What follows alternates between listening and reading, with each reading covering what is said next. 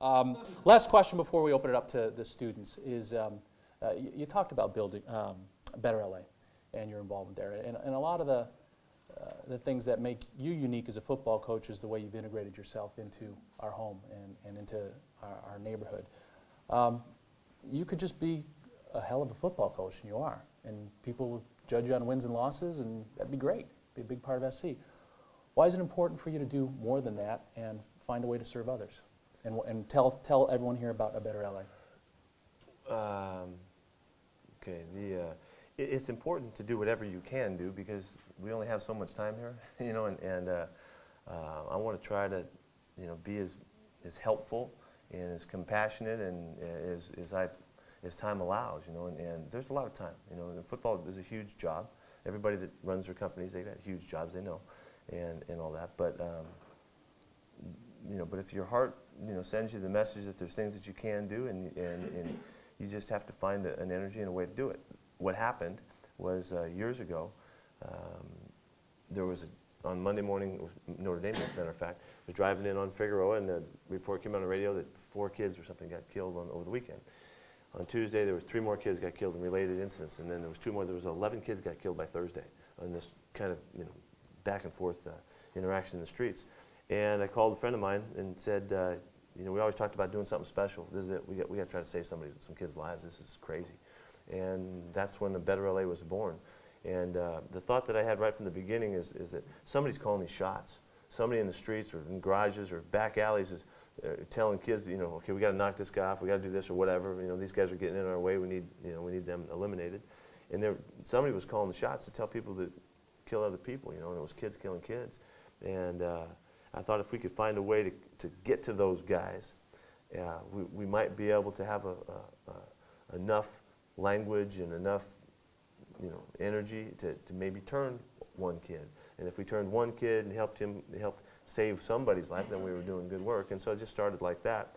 And I pictured actually getting into the shot callers and turning them just like you turn a, you know, kind of a maverick football player on your team. And I didn't know how to do it. I had no idea what it was going to take. I didn't know what I was getting into. We just started, you know, and found out that we could, by just putting the word out, we could convene people. You know, the mayor came. The first meeting we had, the mayor came. Maxine Waters came. You know, all kinds of business guys. People started showing up just because we put the word out. And I realized that we had a power, you know, that we could exercise and hopefully do some good. So since then, that was a number of years ago, but since then, you know, we're rolling now. And Better LA is really part of something that's really exciting. In conjunction with all that the mayor's doing and things that he's put into play, you know, we're right now, we have 31 guys in the streets that we pay for. What we've done is to find workers from the community that had lived the life, that had been incarcerated, gang members, the whole thing, and give those that have found maybe a sense that they could do some good and wanted to change, and give them a way to find out how they could give back in turn and change, and in essence create intervention workers. But I think of them as peacekeepers, and with the overall vision of creating a Peace Corps in our inner streets of people from the streets, from the communities, doing the work to mentor and to change kids in a way that nobody else can do. The really interesting thing is just in the last 2 years, LAPD and the Sheriff's Department have thrown their hands up. They've openly said, we can't solve the problem. We've been 30-something years, 33 years or whatever, they've been arresting kids in the streets to try and solve these problems, and nothing has ever changed. The numbers were just as bad or worse than ever when they made the declaration. And since that time, just in the last 2 years, if you guys have a chance to check out what the numbers are and how crime rates have shifted and how you know, the mentality is changing. There's so many people that are on board that with bringing what they have as a special aspect to this whole effort, and it's an enormous job. That things are changing, and we're in the middle of it right now. And so we're creating the academy to train. This is the first real-time ever academy.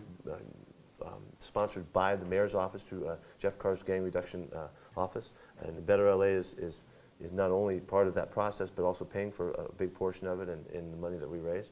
And we're paying for the 31 guys we have working in the streets. And what we're doing is we've created a couple areas that are our model areas to prove that if you take the people from the streets and give them the opportunity and the tools, they can do remarkable things. If you think about it, what's really going on in the streets is terrorism. A few kids in an area of 14,000, sectioned area can cause a fear that everybody senses and feels. And it's not like there's hundreds of them. There's a few knuckleheads that have 10 or 12 guys that listen to them, and they're the Hussars. They cause all kinds of problems and issues. So it's not hard to figure out how you stop that. But the police, everybody runs when they come to town. When they drive in the black and whites, everybody hauls ass and takes off. When the guys that are of the community, they can connect and communicate and have a chance to reach the kids. The kids are scared to death. The hard-line, big-time gangbangers are scared to death because they don't know when they're going to get killed. They don't know where it's coming from. They just know that it's coming.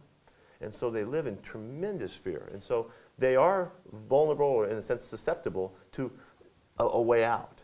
But it's a very, very challenging job. And only those guys that are from the community can do it. So that's what we've centered our focus on, in hopes of, last line here, is that the state and the city will generate funds to pay for an encompassing body of people that can do this work. And it can be done. We could have done it in Iraq, to tell you the truth. If we wouldn't have gone in there with the police force and did what we did, if we'd have gone in there diplomatically and found people from the community that were willing to gain, you could change. It might have taken a lot longer, but who cares? How many thousands of people would not have suffered in the process, So it's a mentality it's not rocket science. You just have to dig in. It's a big job. It's going to take a long time, and we've got to go to work at it. So it's most exciting and most rewarding, and hopefully we can continue to do well. It's a daunting task, and it takes someone with your vision and leadership and energy to take it on, because a lot of people have given up before. So hopefully all those... We're a very small part of this. There's a lot of extraordinary people doing Absolutely. extraordinary work. We're just hoping to be a part and help. Well, good for you. Thank you for doing it. Thank you for leading the way.